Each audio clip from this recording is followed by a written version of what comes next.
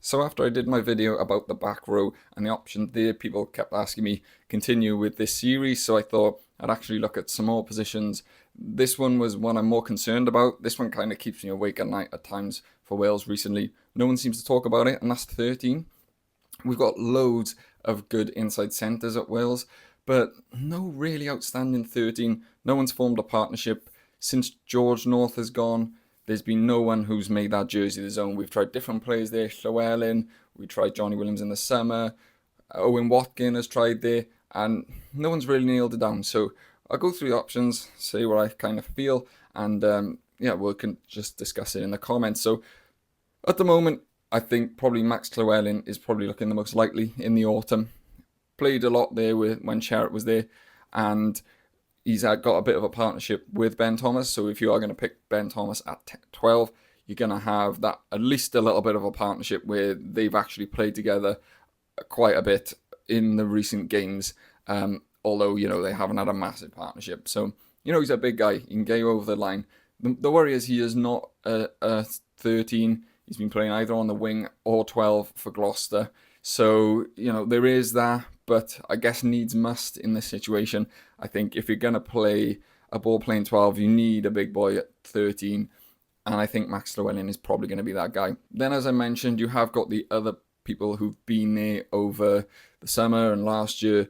Owen Watkin, Gatland kind of put there a couple of times. I don't think that worked at all. I really like Owen Watkin as a 12. I think he's got a good defensive game, all-round skills.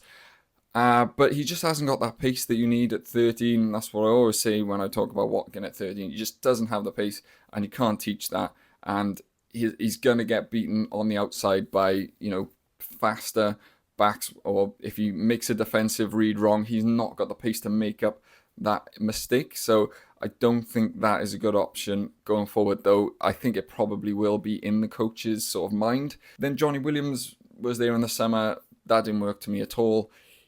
Made a couple of defensive reads wrong in the first game, particularly cost us a try, and he's probably got the athleticism to do it, but I think he didn't get involved in the game for whatever reason from 13. I just don't think he was comfortable there, and I think you need to play him at 12 if you're going to play him. If you want to play him, fair enough, but he's got to go 12 and then decide what you want to do at 13 outside him. I guess staying with the Scarlets, the most natural 13, or probably the actual only real 13 option we've got is Joe Roberts, and I don't know, he's a good player. Joe Roberts got a very good skill set, really good defensively at reading defenses, picking up runners, knowing who to tackle, very short tackler. But I don't know, just the end of last season, and especially in the beginning of this season, I've not seen anything that I've looked at him and thought he's taken another step. He's kind of come onto the scene and been good, but not taken a step. Granted, he had quite a bad injury a year ago, but since coming back, he's not gone to that next level, and I think that's what we need. And again, if you are going to play Ben Thomas at 12, I don't know if you can play Roberts at 13 because they're not the biggest guys, and I think you need someone in the centre who can punch you over the gain line. And then staying at the Scarlets again, people, when I talk about the centres or whatever, they always say, let's have a look at Max Paige. Problem for me, and I always say, he's not playing there for the Scarlets. So he's young, inexperienced, and still learning the game at regional level, and then you're going to throw him at the hardest position to defend in international rugby. It just doesn't make sense when we've got a completely inexperienced team anyway, and then you're just going to kind of feed him to the wolves. I understand you might have to take your licks to eventually get some positivity at the end, but I think we need to really start focusing on trying to win more often, because we can't afford to go on losing streaks. We had the excuses from the previous regime of we're a young team and we're going to have to bleed young players and take the lumps to get where we want to. And we took the lumps and we didn't get anywhere. So I don't think we should go back and just say, right, who's going to throw all these youngsters in and hope that they do well in the future. I don't think that's going to work. If he starts playing consistently at 13 for the Scarlets, then I think it's worth having the conversation. But for now, let's let him learn on the wing. I think his athleticism, his speed and his power is so much more suited there. He can come on blindside runs behind the defence and stuff like that.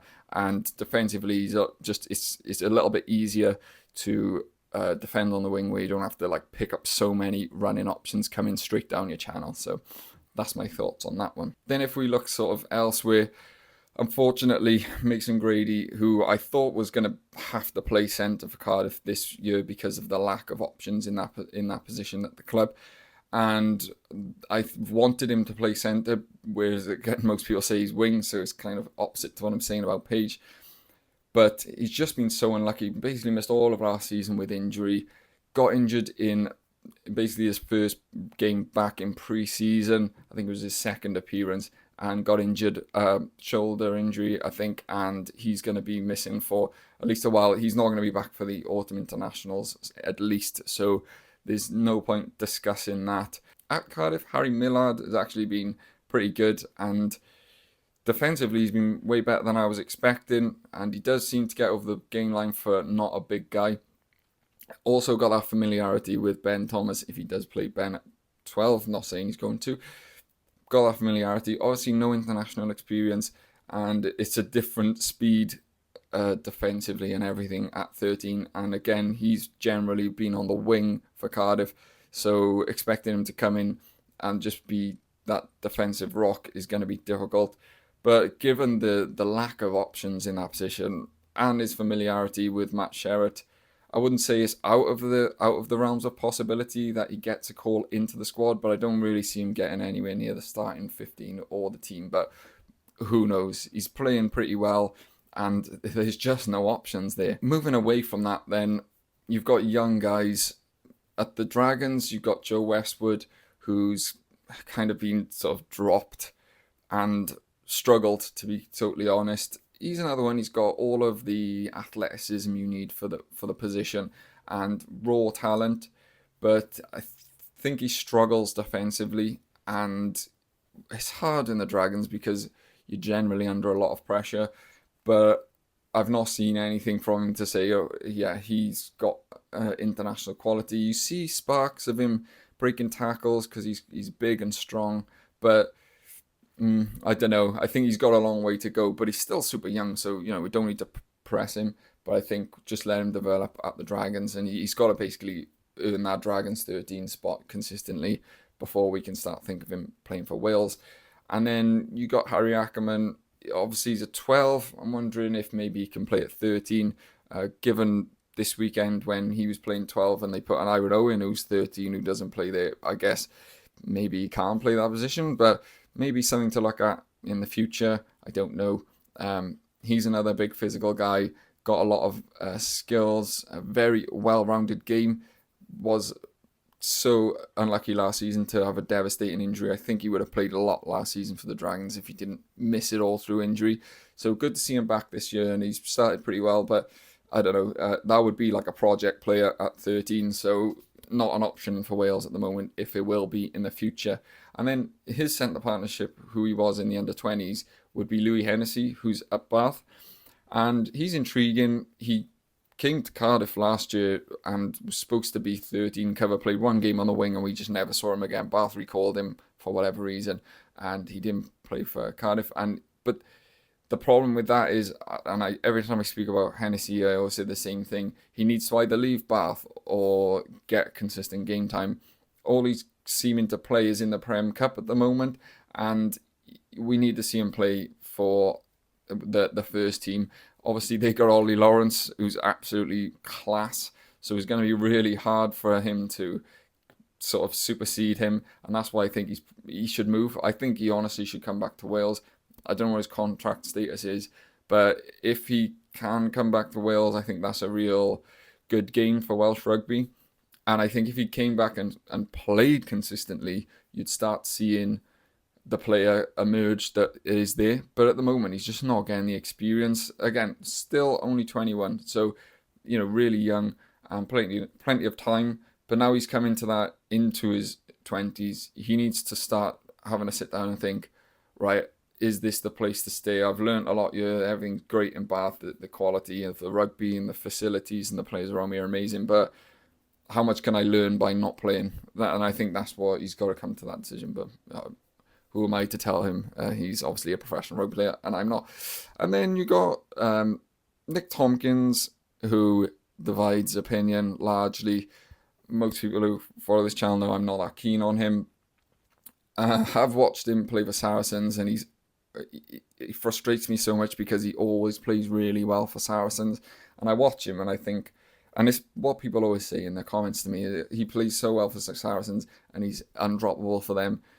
We need to get him for Wales, but he doesn't translate it to Wales. I'm sorry, like he never really has. The only time he has is when he had a bit of a partnership with North, but they had bigger inside him. They had experienced players outside him and at fullback.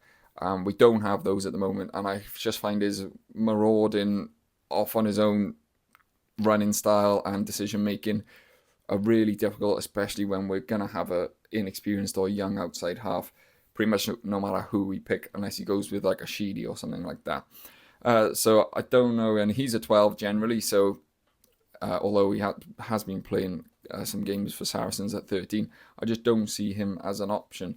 So when I go through those and the players we've talked about here, it's quite concerning, and that's why I'm concerned, because you're looking at no one really standing out. I guess you could say maybe Max Llewellyn is the standout amongst those options, but no one's there who's saying you can't look at that list and say 100% that guy. It's no question. Like when Foxy was there, like it was no debate. He's playing 13. Same for when George moved there and made the transition, and he sort of nailed on that spot. It was like, right, George North is playing 13, and then we'll work out who's playing 12. It's not like that at the moment, and that's what's really worrying me. And it's such a key position for, like I keep saying, defensively, but also in attack. And if you'll get good 13s who are helping being extra eyes for the 10 and 12 and can call things in when things are going on, because they got a bit more space there, a different vision. So there's no one that you're looking at and saying, right, it's not good at the moment, but maybe in a year this guy is the one that's going to be the next guy forward. And we haven't got that at the moment. I guess maybe you could say Max Paige, but again, what I've spoken about in this video, I guess you could say Grady, but again, not playing, and he still needs to get more experience in that position. So it's really kind of concerning. It's going to be something that the coaching staff are going to have to think about and target, and it's also something we're going to need the pathways to look at and say, right, what is going on? Why are we not developing 13s, and can we sort of transition some of these promising 12s out to 13 and see how that goes? I don't know, but something's got to happen, because at the moment it looks pretty barren in that position. So I'd like to know what you think, and catch you on the next one.